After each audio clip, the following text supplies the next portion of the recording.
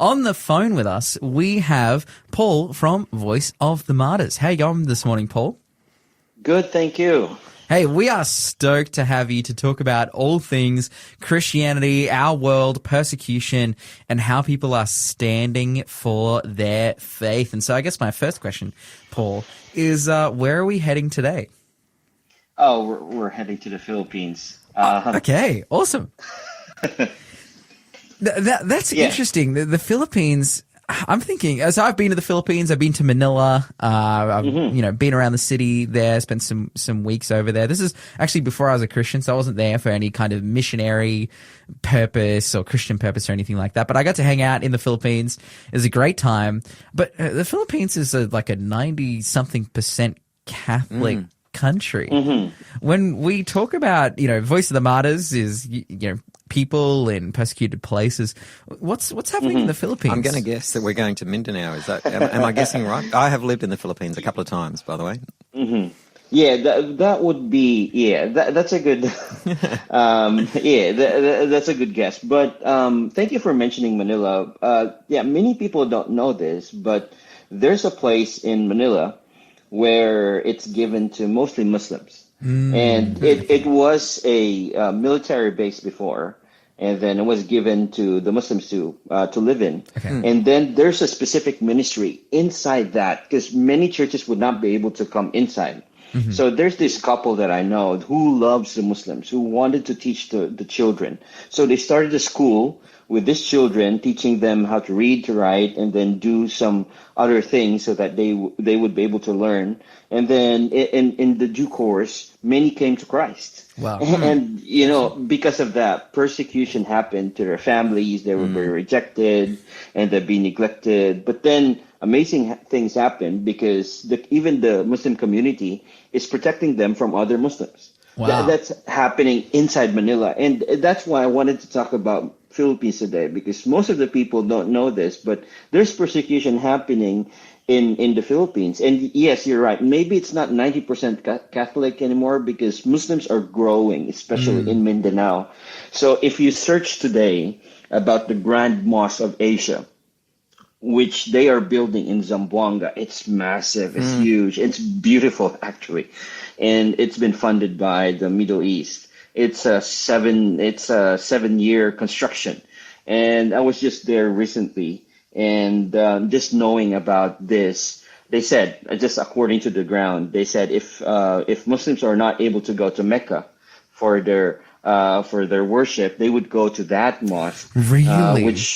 Which would accommodate really a lot of people. It's really massive. It's really massive. And that's going to be in Manila, did you say? Whereabouts? No. In Zamboanga. Zamboanga is in Mindanao, of course, Mindanao, because they have passed, the Philippine government passed this law of giving them a autonomous region in the area of Mindanao. So that's why they're kind of free to create those. Yeah. So it's and we're expecting that a lot of things will happen, because Muslims are coming to Christ. They've realized that only Jesus can save. It's really interesting. So if they've got autonomy in the area of Mindanao, and is this specifically that hey, if you can't make it to Mecca, you can go to this big temple or this big mosque there in Mindanao.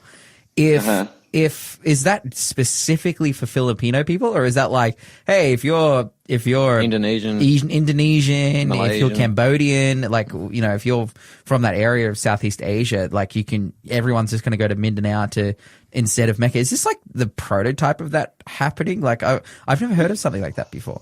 Yeah, according to the field, yes, that's true. Because if in Southeast Asia, anywhere in Southeast Asia, you don't need a visa to visit. Okay. So if you're Indonesian, you go to the Philippines, you don't need a visa, or Malaysians, or wherever you are. So yeah, that's a prototype. That's what they're thinking about doing. Yeah, wow. Oh, so this is truly world first stuff that's happening here in the area of Mindanao.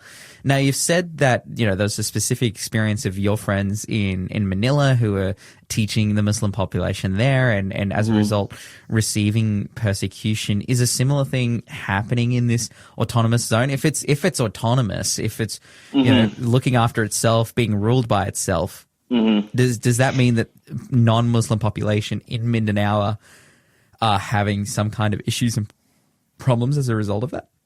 There will be issues. The law was just passed 3 years ago, so they're trying to create their own government. They were supposed to have an election this year, but I think the Supreme Court stopped it, and they'll be moving it to the next year. Because after they were formed, the UN and some other big nations contributed money. So that's why we're really concerned, because that would mean that these Christians will be marked. That means they would not have any access to healthcare. They would not have access to government help. We've already experienced that to some believers in the area. And I think we believe that it will be growing once this government would establish itself. And it would be very dangerous. I even heard that in those areas, because in those areas there are still Christian churches, evangelical Christian churches. And I've heard from the field that once you would want to plan that, especially in those autonomous area, you need to ask permission from their government. You need to have some papers and some things that you need to submit in order for you to do that. So it will going to be tricky, and it will be something that we are looking that will be dangerous for Christian, because Muslim people are coming to Christ. I mean, I've listened to a lot of stories on the field, and it's truly amazing how they learned about Jesus. Yeah. Wow. I'm curious, are people from Christianity converting to Islam in the same kind of, is there a similar movement of people from Christianity to Islam? Yeah, that's a good question. Yes, there is, because they call it in the Philippines balik Islam. That means return to Islam. Yeah, right. So normally they're offering money, offering businesses. So if you wanted to go back to becoming a Muslim, or you want to be a Muslim, they would offer you that. So one pastor told me in Zamboanga, since Zamboanga is the area, he said before you seldom see people wearing hijab or those coverings. But now you seldom see people not wearing hijab. So it's the other way around, because of the growing population and because they're also aggressive. Before, they don't have their own evangelistic movement as what Christians would do. Right now, they would go to plaza, gather people, preach to people about Islam. So that's why it's really drawing people, especially if they're offering you business and also money. Yeah. Right. Yeah. So that's been happening. And people think that it's only happening in Mindanao, but if you go to the Philippines as a tourist, you would see them in Boracay. Boracay is one of the tourist destination, right? Beautiful beach in Visayas, and also Baguio City. Baguio City is the summer capital of the Philippines. Muslims is growing there. There are a growing community. Also Palawan. They're trying to, Palawan is near, if you look at the map, at the end of Palawan, it's near Malaysia already and Indonesia. So they're trying to slowly go in Palawan, and also telling them that Palawan belongs to Muslims. So they wanted to reclaim it, as what they say. Really? Interesting. Where does the reclamation narrative come from? Like, is there a story that they originally owned? There was Muslims originally there, or? Yeah, that's a good question. Well, before they said the whole Philippines was Muslim. So when the Spaniards came and introduced Catholicism, it changed the whole country. Is that true? So yeah, well, the historians are divided into that. That's why Christians are thankful for the Spaniards who came to the Philippines, because it introduced Christianity in a way, which is Catholicism, and not allowing the Muslims to rule over. Because Indonesia is the biggest Muslim country in the whole world, not even the Middle East. So if you look at the map and how near it is to Malaysia and Indonesia, you would certainly think that it's possible. It's possible. Yeah. Definitely possible. Yeah, it's interesting. Like, we're promoters of freedom of religion, and every person should be able to choose for themselves. But it seems like Islam provides an interesting contrast to the freedom of Christianity. And what comment do you have on that? Yeah, well, in their context, if we try to understand them, Islam is not just religion. It's their lifestyle. It's them.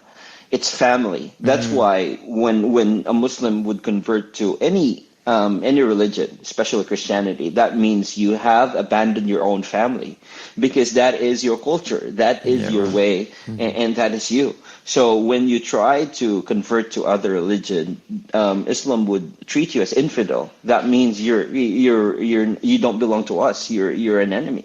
So if we understand it that way, then we would understand why they really think of those, especially family members. How can you think about killing your own daughter or brother or son because they have converted or they have chose to believe in other religions, especially being a Christian?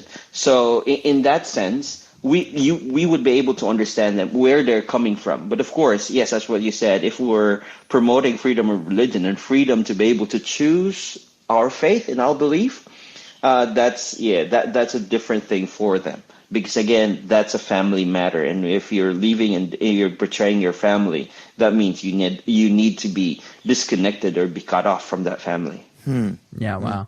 Oh man, so it seems like and as Muslims start to grow from a minority to like, it actually creates a kind of unfortunate situation. Rather than the Philippines staying united as a country, it's we've divided off a section for this specific people and this specific people, which I see as not a good thing in the idea of unity as a country and coming together as a multicultural society, that actually everyone abides by the same laws and standards. Because one of my big questions is, okay, if there's persecution from Muslims against Christians, well, isn't there some kind of repercussion from even though it's a Catholic majority country, wouldn't there be some kind of legal, legislative repercussions? But what you've essentially done is enabled persecution to flourish by making a section of the country autonomous. And it's like, how can you know that there's going to be persecution there? Well, this is the particular ideals of a Muslim majority country. This is what we see in these countries, that there isn't freedom of religion. Like that's not the case. There's not freedom of religion. There's not a lack of persecution against those who believe in different religions.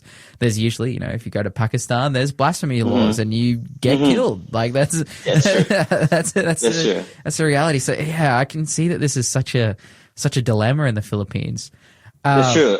Well, if you try to understand and if you try to look at the worldview, most persecution are state sponsored. So it's either a nation is communist, they try to control everything, or in Islam because they wanted to follow their own Sharia law. So that's why it's harder for Christians to be able to enjoy and choose what they believe, because they need to abide with the specifics. Like if you're in a communist country, you cannot worship any other god other than your supreme leader or somebody who's leading the country. And also with Islam, the same thing, because you are mandated to follow whatever, especially the Sharia law. So yeah, it is a dilemma in a way, because it doesn't only seclude believers from access to anything that the government would provide.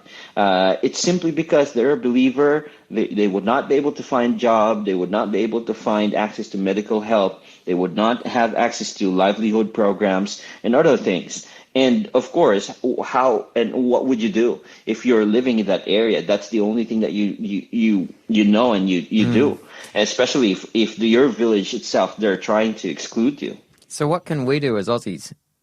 What can we do? There you go. Yeah. Well, first and foremost, what we can do is pray. We can do pray for them and start informing the people, because not all people knows that there is something happening in the Philippines. Even Filipinos, they don't know that persecution is happening. What you could do is pray, read, and follow Voice of the Martyrs. We have stories that we're posting on our website, and we have also an app where you could download. And yeah, just continue to pray for them and continue to pray for believers that they will be strengthened and they would continue to serve the Lord no matter what.